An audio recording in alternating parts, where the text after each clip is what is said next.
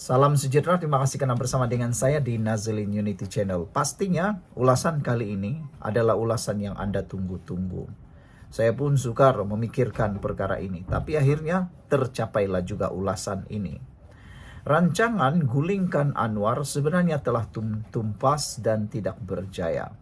Rancangan-rancangan yang dirancang untuk menjatuhkan Anwar Ibrahim paling ketara sekali ialah Himpunan Turun Anwar yang sekarang ini menjadi huru-hara dan tiada sambutan pun.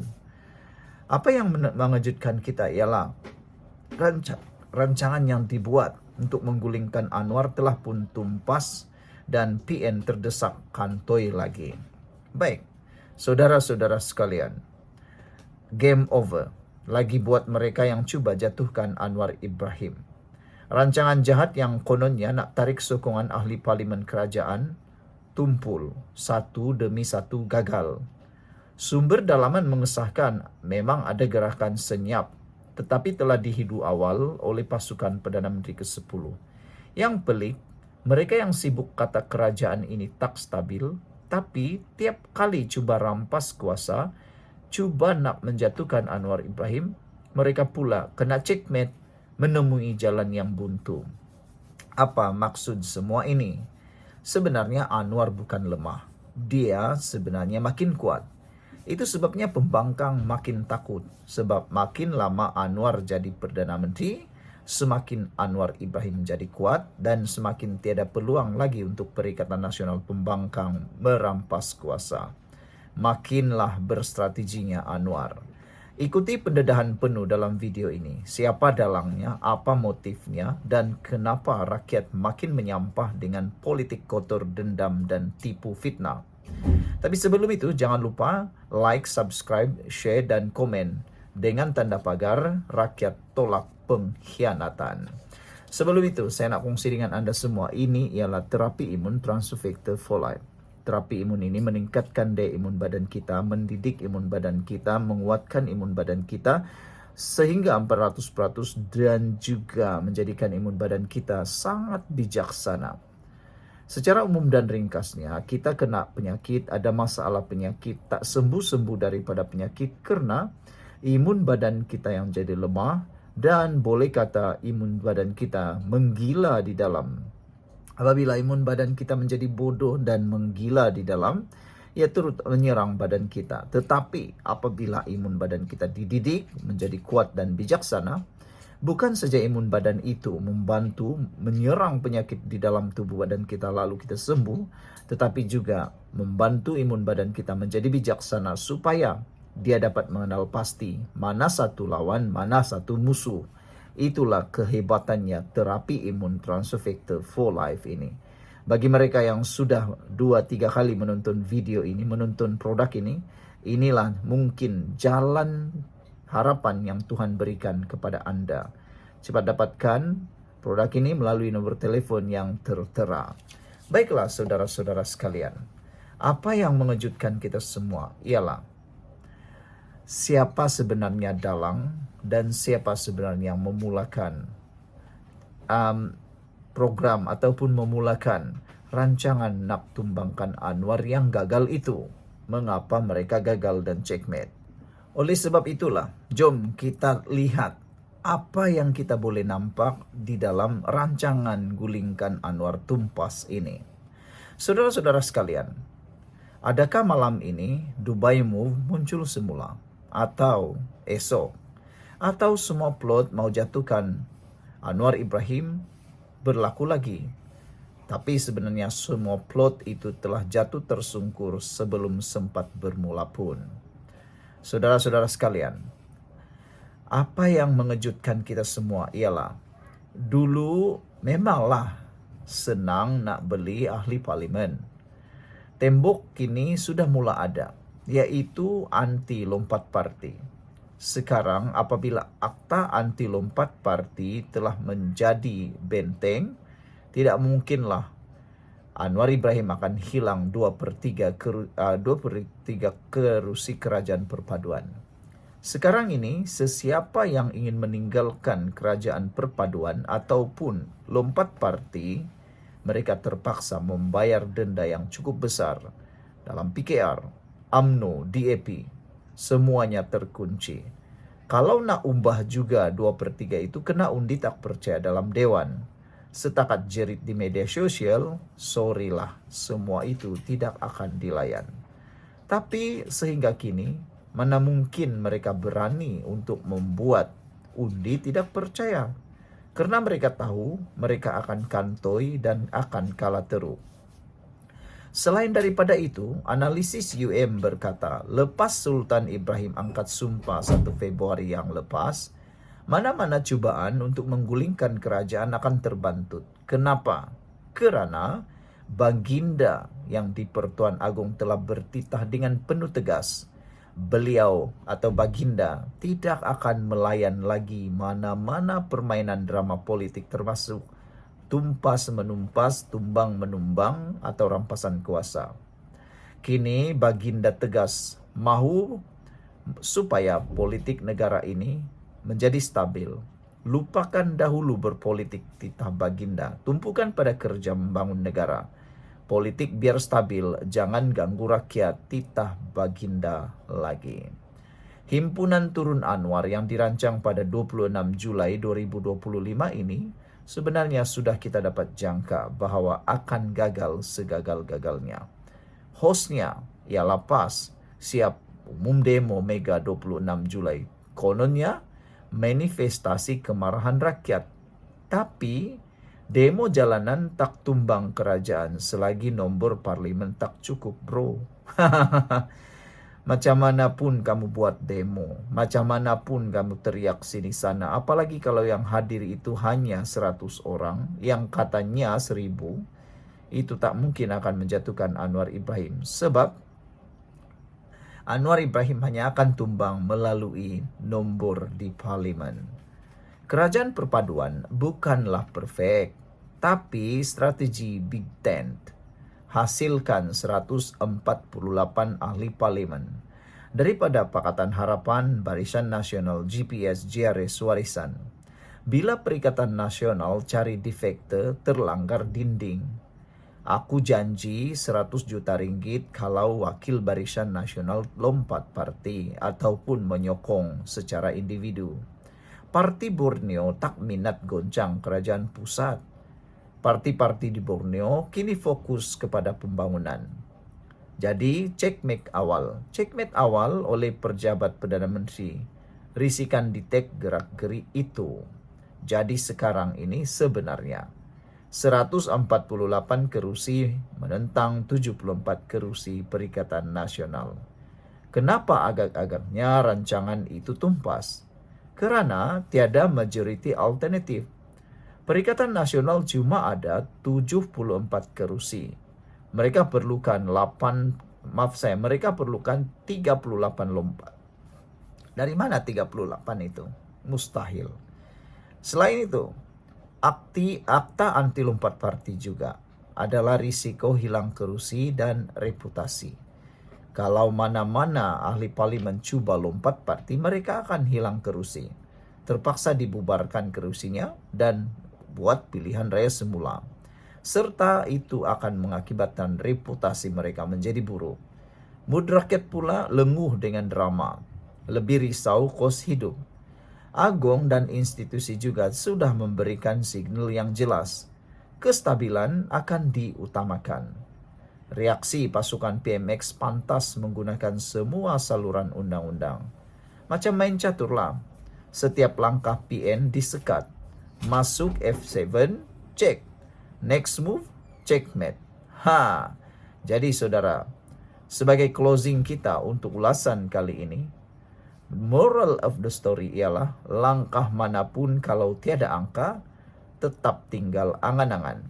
Anwar bukan maksum, tapi setakat ini tiada skandal mega. Integriti jadi modal. Kalau nak tukar kerajaan, tunggulah PRU 16 nanti. Lawan secara gentleman. Like, share dan subscribe jika Anda menyokong kestabilan. Komenlah dengan tanda komen, kami tidak mahu tumbang. Jika Anda penat politik kotor, jangan lupa subscribe dan ikuti next episode kita pula bedah mitos harga minyak dan inflasi. Sekian untuk kali ini dengan tagline kami bongkar Anda nilai. Jumpa lagi. Peace. Bye-bye. Salam sejahtera, terima kasih karena bersama dengan saya di Nazilin Unity Channel. Fakta yang dibawakan pada malam ini adalah fakta yang sangat dibenci oleh para pembangkang yang mungkin menyokong mereka konon terbaik. Tapi rupa-rupanya apa yang saya sampaikan kepada Anda semua ini adalah satu perkara yang ramai orang yang tak boleh nafikan langsung. Anwar Ibrahim sebenarnya lebih baik jadi Perdana Menteri berbanding Muhyiddin Yassin, Najib Razak, dan Ismail Sabri Yaakob. Kenapa? Agak-agaknya. Pertama, Anwar Ibrahim ialah Perdana Menteri yang reformis dan berprinsip. Kelebihan Anwar Ibrahim ialah berintegriti dan mempunyai rekod bersih. Anwar Ibrahim tidak pernah terpalit dengan skandal rasuah berbanding Najib dengan 1MDB-nya, Muhyiddin pula dengan Jana Wibawa dan rundingan darurat. Selain daripada itu, Ismail Sabri Yaakob juga sekarang ini terpalit dengan kes berkaitan dengan uang. Yang mana SPM telah pun mohon lucut hak milik atau hak uang 169 juta milik Ismail Sabri Yaakob. Ramai yang tertanya-tanya, duit itu datang dari mana? Ismail Sabri Yaakob baru saja jadi Perdana Menteri. Tetapi kenapa dia mempunyai uang tunai sebegitu banyak dan lebih mengejutkan, kenapa disimpan di tempat lain di rumah orang lain? Jadi itu sebabnya Anwar Ibrahim lebih baik daripada Ismail Sabri Yaakob. Sebelum saya teruskan ulasan yang panas dan pastinya menarik perhatian Anda semua ini dia Transufactor for Life terapi imun yang Anda cari-cari untuk menyembuhkan Anda daripada sebarang jenis penyakit. Ini tidak menyembuhkan Anda dan ini bukan ubat. Tetapi ini ialah terapi imun yang meningkatkan daya imun badan kita sehingga 400%. Secara umumnya dan secara ringkasnya, kita kena penyakit karena imun badan kita yang lemah. Secara umumnya, apabila imun badan kita jadi lemah, bodoh, dan tidak mempunyai kebijaksanaan, itu akan menyerang tubuh badan kita sendiri dan kita sukar sembuh daripada sebarang jenis penyakit. Tapi ingat, apabila imun badan kita menjadi kuat, apabila imun badan kita menjadi bijaksana, kita boleh melawan penyakit daripada dalam dan menyembuhkan kita daripada pelbagai jenis penyakit. Dapatkan produk ini melalui nombor telepon yang tertera. Ingat, jangan bertangguh-tangguh. Anda bertangguh, Anda rugi. Ini peluang Anda untuk mendapatkan kesehatan yang Anda impikan. Kalau ini adalah kali terakhir atau kali kedua, ketiga Anda melihat video ini, Tuhan sudah tunjuk jalan untuk Anda. Baiklah saudara, Anwar Ibrahim juga lebih baik sebagai Perdana Menteri berbanding Muhyiddin, Ismail Sabri Yaakob, dan Najib kerana dasar beliau yang pro rakyat. Dasar Anwar fokus kepada pengurangan jurang pendapatan, penstrukturan subsidi bersasar, reformasi institusi dan mengekang ketirisan. Selain daripada itu, Anwar Ibrahim juga mengadakan reformasi institusi yang telah pun memulakan pemisahan kuasa peguam negara dan pendakwa raya serta penggubalan akta pembiayaan politik.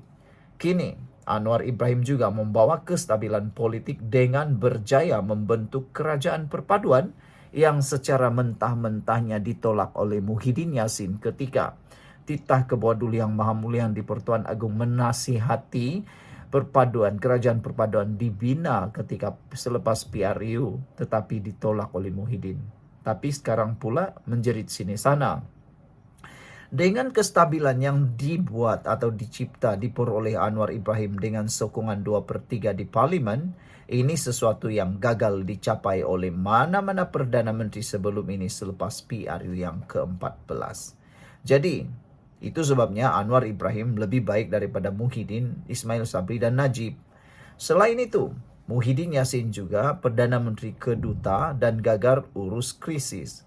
Kekurangan Muhyiddin ialah naik melalui langkah Sheraton. Muhyiddin bukan menjadi Perdana Menteri melalui pilihan raya. Dia hanya naik kerana nasib yang baik karena adanya langkah Sheraton. Ini adalah rampasan kuasa yang mencetuskan ketidakstabilan politik negara yang berpanjangan bahkan sampai sekarang seakan-akan yang boleh menjadi ikutan sampai bila-bila. Muhyiddin juga gagal urus pandemik secara sistematik. PKP kerap berubah-ubah, bantuan lambat sampai dan ramai yang terkesan. Skandal Jana Wibawa juga kini disiasat atas penyalahgunaan dana ketika menjadi Perdana Menteri. Sehingga kini beliau terpaksa menghadap pelbagai tuduhan di mahkamah. Dan lebih pelik dan paling parah lagi ialah sehingga kini menantu Muhyiddin tak pulang-pulang ke Malaysia. Ada yang bertanya, kalau betul dia tidak bersalah, kenapa takut? Pepatah Melayu kata, berani kena benar, takut kerana salah. Selain itu, menurut netizen juga, banyak yang mengatakan bahawa Muhyiddin meneruskan survival politiknya semata-mata dan bukan untuk membantu rakyat. Sehingga munculnya yang belum pernah berlaku di Malaysia, rakyat Malaysia mengibar bendera putih. Anda sudah lupa itu? Kalau Anda lupa, Anda adalah orang yang paling menyedihkan. Najib Razak pula, Perdana Menteri populer tanpa diselubungi skandal. Tiada yang dapat menafikan Najib memang Perdana Menteri yang popular. Banyak memberikan bantuan kepada rakyat. Banyak memberikan uang kepada rakyat. Sehingga Mahathir menggelarnya sebagai money is king. Tapi dia diselubungi skandal paling besar dalam dunia, yaitu skandal 1MDB dan SRC. Skandal mega yang menyebabkan kerugian puluhan bilion dan merosakkan nama negara di mata dunia. Sehingga melibatkan pelbagai negara, pelbagai jenis negara. Selain itu, kelemahan dalam reformasi institusi yang mana tidak membendung rasuah dan berlakunya penyalahgunaan kuasa yang berleluasa. Kini, Najib telah meninggalkan legasi dengan peninggalan beban hutang negara yang tinggi kepada kerajaan selepas beliau tumbang. Yang keempat, Ismail Sabri Yaakob pula Perdana Menteri Peralihan tanpa arah yang jelas. Selain itu, sekarang ini Ismail Sabri Yaakob juga sedang terpalit dengan kes berkaitan dengan uang yang cukup banyak. SPRM telah pun memohon supaya dilucutkan hak milik uang 160 juta yang didakwa milik Ismail Sabri Yaakob. Kekurangan Ismail Sabri Yaakob ialah lemah dalam dasar awam, tidak mempunyai dasar jelas atau pelan jangka panjang semasa menjadi Perdana Menteri. Beliau cuma menjadi Perdana Menteri interim akibat perebutan kuasa di dalam Perikatan Nasional dan UMNO. Ketika Muhyiddin terpaksa letak jawatan, tiada cara lain selain Ismail Sabri Yaakob yang hanya merupakan naib Presiden UMNO pada waktu itu diangkat jadi Perdana Menteri. Banyak keputusan ditentukan oleh tekanan parti ketika Ismail Sabri Yaakob menjadi Perdana Menteri, bukan atas kapasiti kepimpinan sebenar beliau. Jadi secara kesimpulannya, kenapa Anwar lebih baik daripada mereka? Kerana naik secara demokratik bukan melalui belakang tabir atau belakang pintu atau melalui tebuk pintu ataupun daripada pintu belakang. Anwar Ibrahim berjuang puluhan tahun demi reformasi bukan untuk kekayaan. Anwar Ibrahim sekarang kerja keras untuk legasi Malaysia yang seterusnya. Ketiga, Anwar Ibrahim tidak memikul dosa pentadbiran terdahulu, malah berusaha menyelamatkannya. Yang keempat ialah fokus kepada kestabilan ekonomi, politik dan sosial, bukan survival politik Anwar. Kalau betul Anwar Ibrahim mahu survival politik, mana mungkin dia mahu mempunyai isu dengan Rafizi. Jadi saudara, kalau bukan Anwar, siapa lagi? Pemimpin yang tidak pernah menjual prinsip walaupun dipenjara dan difitnah. Hari ini, rakyat lihat sendiri. Malaysia mula dipulihkan bukan dengan janji, tapi dengan kerja. Sekian untuk kali ini. Jangan lupa tinggalkan komen anda. Kita jumpa lagi. Bye-bye.